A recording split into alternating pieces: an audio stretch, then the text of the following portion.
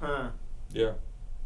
They also are affiliated with a nameless group that controls many things. A nameless group Nameless that group? controls many things. Well, Can't say it on television. I'm gonna get Okay, killed. okay. Well, it's fortunate that you Do they should like mention that, triangles? Stephen, because No. we are also at Eat the Fish. We are also affiliated with a nameless group that controls They like many things. they like being What, motorists. of sorts. Scientology? What are you talking about? They're motorists. They're a motorist group. Who are motorists? Police. The triple. No, A. some of them are bicyclists or horseback riders. Some of them are motorcyclists. Not really. And some of them are even pedestrians. There's I'm gonna there's leave all it. different ways. I'm gonna leave it. The ones who shot that kid in Oakland were train riders. I'm They get around by all different ways. Those police. I'm just talking about the group that they're in. That's not the police. The unnamed group. Yeah. Those guys. Yes, the unnamed. Well, I thought the Klan released a statement recently that they weren't even racist anymore. That's I'm good. not even kidding. Like, they recently released a statement I that was believe kind that. of like this veiled, like, we're into separation, but we don't hate the blacks and Jews anymore. Oh, well. I believe it. Yeah. I've seen too many like subgroups of like. All the right-wing groups had to shift to the left slightly after Yeah. that election. Like I've actually, don't ask me why, but I've hung out with white supremacists before, You gotta avoid that. and Because you like punk enough and you shaved your head once or That's- twice and you're hanging out with them, dude. It happens. It happens. It's, they kind of eerie. go to No, the like- same bars. It doesn't say white supremacists use the back door, you know.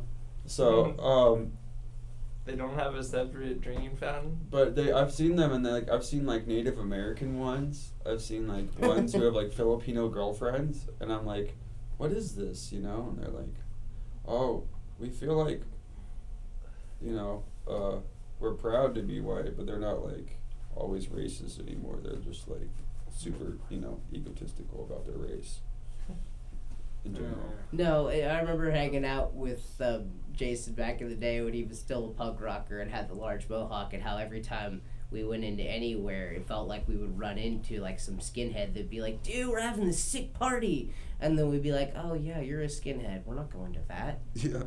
I knew skinheads who would beat up skinheads for being skinheads. I was like, what's going on? Well, there's all kind of like gang colors to it of which color their suspenders and shoelaces are, and they fight other skinheads. It's like, And oh, they what's snap this? a lot. Ideally they just It's always they just jets completely and- devour themselves. I mean, skinheads fighting skinheads is actually kind of an ideal scenario when you think about it. Yeah, I think when it comes down to it, we need more white on white crime to balance out the black on black crime. Yeah. Really just even out everything. Or we could have like a white, blue, green on black crime. When the other night, Steven and I heard it was on NPR or something. We just, what was that sentence fragment? Drug on drug crime?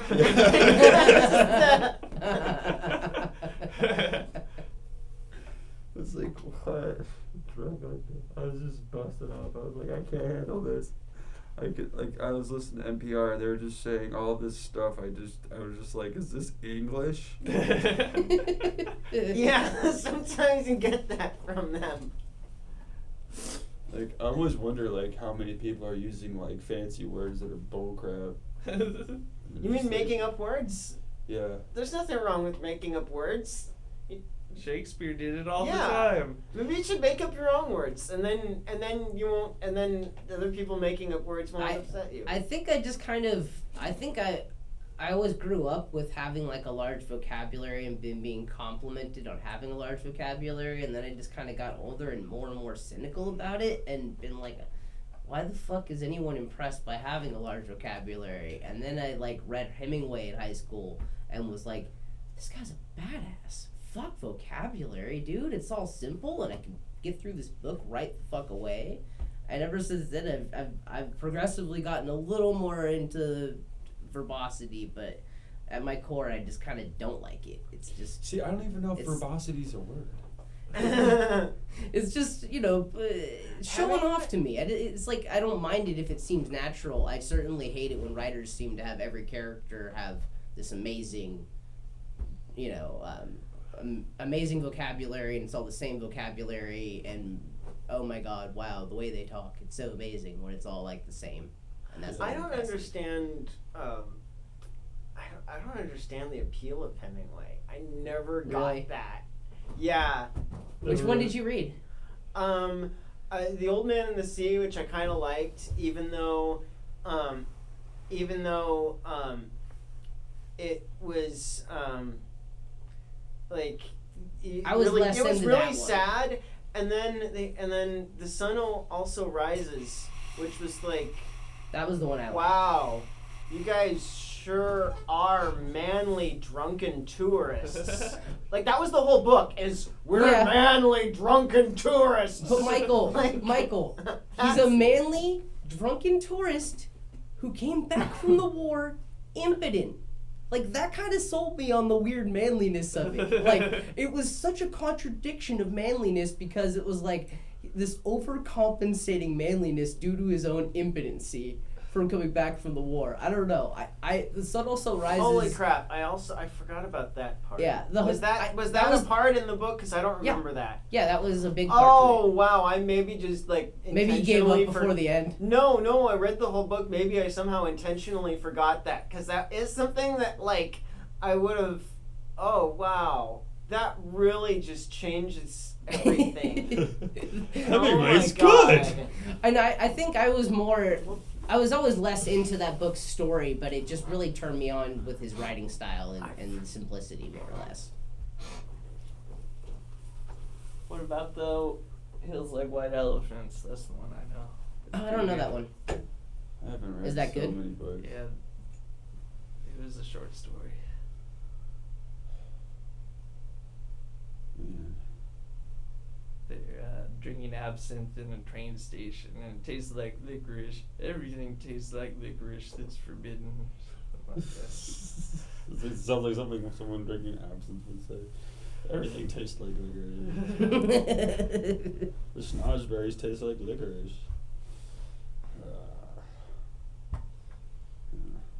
It's not a story about elephants.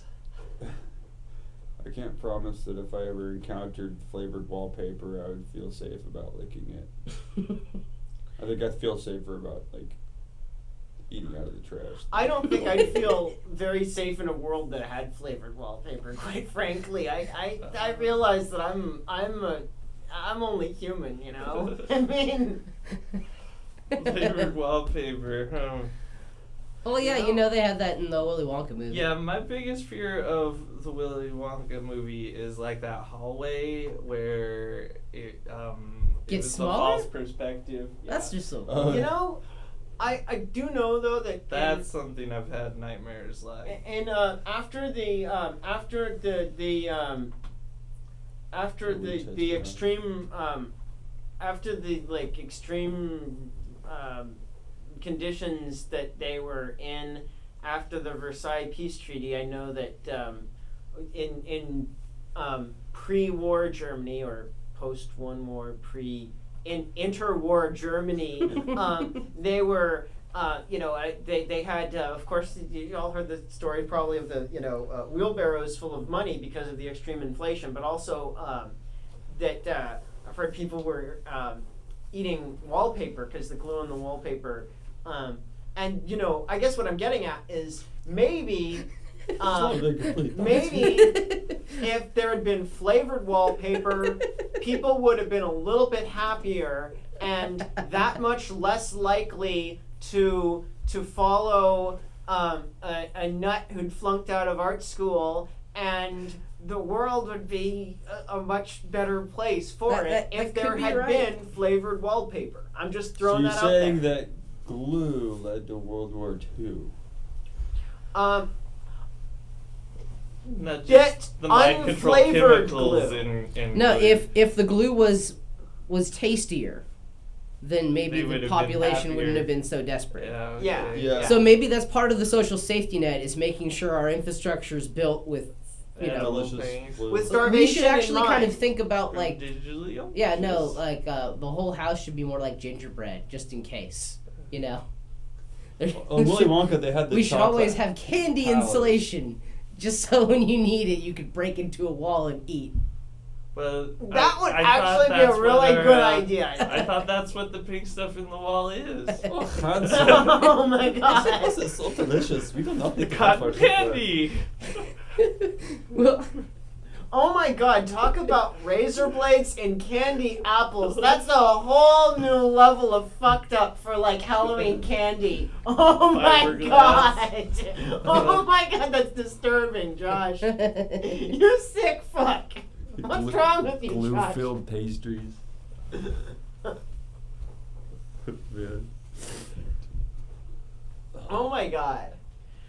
This is No, you started that line of thinking. Okay, it's your fault. Actually, What if That we was the replaced? I was Oh, only got it. talking about the wallpaper. I We And could kind someone replace- else had to bring it I to brought the, up insulation. You brought up the fiberglass. Yeah, that's we the, could yeah. Candy replace the insulation. we could replace the glass with sugar glass. So, no glass windows, sugar But glass. then it windows. would melt in the rain. It wouldn't keep the rain out. Yeah. Well, one side could be glass and the other side could be sugar. And just don't install it backwards. Then it would. Don't Then you'd stop. have like it would become like this pain of flies. If you get ants, you can actually turn those into chocolate-covered ants. Yeah, Yeah, you take a bitter and make it a sweet. this is how you get ants. Termites are like, what the fuck? It's all chocolate.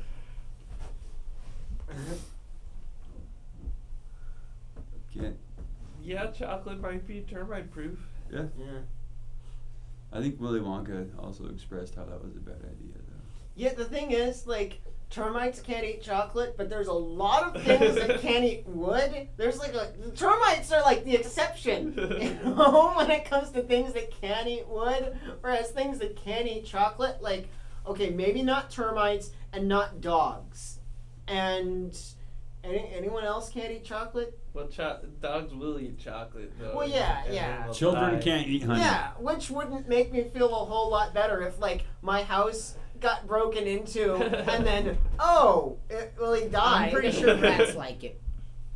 Rats like if you had like chocolate with like a cherry in it, rats and mice would be all over that because they love the cherries for fiber. But if you had oranges inside the chocolate and the rat's like, ooh, this is good chocolate, and he eats some orange, and all of a sudden his, you know, the episode with Isaac where he eats an orange peel and then his stomach acids like kill him. Yeah. That's basically what happens. Was that to orange rats. peel? I thought that was a chip. That was a chip that he ate. But yeah, But he complained about having eaten an orange earlier that was eating through the lining of his stomach. Oh, I Yeah. thought that Which was a quote from our friend Jonas. Yeah, It was yeah, actually yeah. Isaac making fun of our deported friend.